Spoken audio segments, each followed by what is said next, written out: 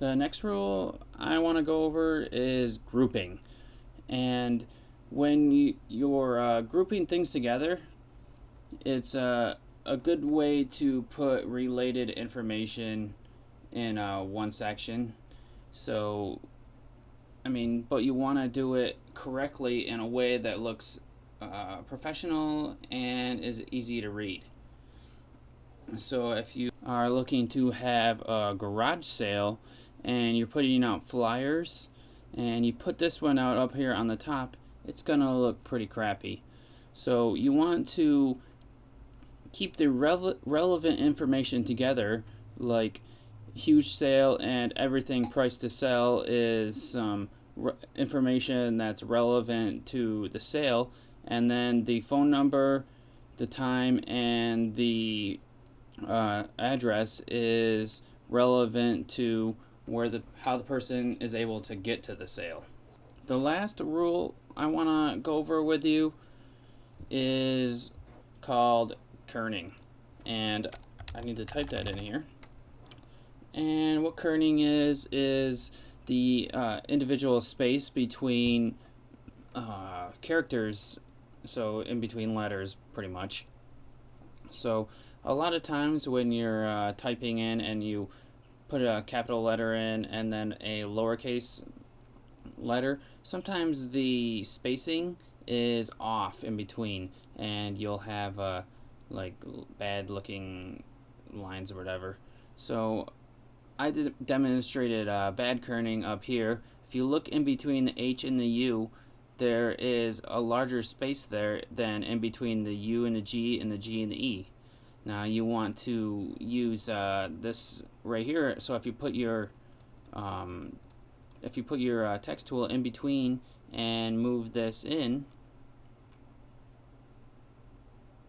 to where it looks like it's about correct, and then in between the S and A, you can see a little bit more subtly how the spacing is incorrect. So then you would want to move this back in once again.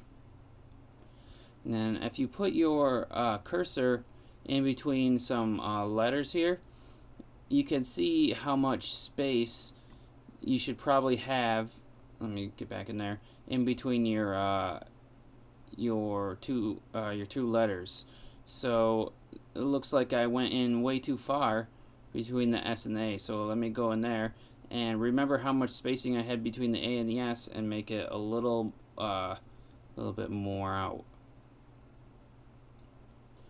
Now if you look in here, there's another area where the kerning is terrible, and if you guessed it, it's over here on this S. So we would want to bring that in also. And now when everything has the same spacing, it looks way more professional. Yeah, another rule that I want to go over is the use of quotes.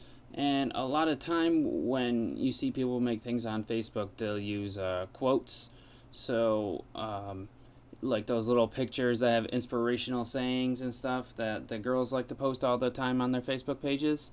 So here is the correct way to use quotes, and you want to use the curly looking quotes here, and you don't really want to use these straight quotes. And when you're typing, you want to make sure that they're facing the correct way also. You don't want them both to go straight down. So the way to make that happen is to come into the character panel. Make sure you have use smart quotes selected. If you don't, then it's just gonna put quotes in the wrong position and it's gonna look like crap. The second to last rule that I want to go over, you guys, is the use of drop shadow. Now, as of 5/23/2014, drop shadow is pretty much outdated, and you'll only really see it in old textbooks, and it's pretty much something from the year 2000 and around that time. So drop shadow is outdated. Don't use it right now with your professional text. After this, there's only one more to go, and that'll be it for the typography things that I want you to know. And on the last one here, I wanted to let you guys know to avoid dated fonts. The two most dated fonts that everybody used to use and in professional looking companies still use sometimes is Comic Sans and Papyrus. Those are the two most I don't know. They're just the worst fonts you can use. Don't use those. I mean, you'll see Papyrus and a bunch of like Spa, and you can see already the kerning when I type it. It's already terrible on Papyrus. Comic Sans is just like goofy looking and looks like a little kid wrote it. It doesn't look professional. So avoid outdated fonts. I don't really see too many people using Times New Roman anymore. We've switched to Arial, and I wanted to show you the correct way. Now I found this website that is pretty good, and it has 100% free fonts, and it also has fonts that you can buy, which are in a whole different section. But here we go.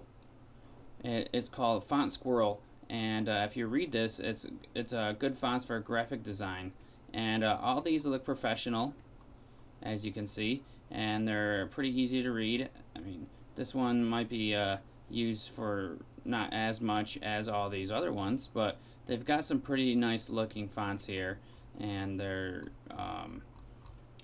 all free. So there's a whole bunch of different tags here, what you can look for, and then you can also buy fonts if you want to have more of a unique font that not everybody's going to use. But that's it. I wasn't trying to promote that website. I was just giving you guys a website to use instead of like the ones that everybody uses that has all the like the goofy fancy fonts on it that are like used for maybe like one thing. So make sure your font library is nice, and then in another tutorial I'll show you how to install these fonts.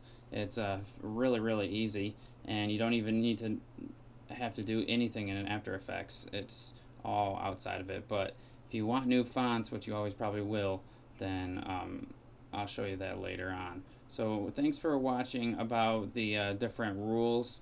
Those are some of the more important ones that I like to show you.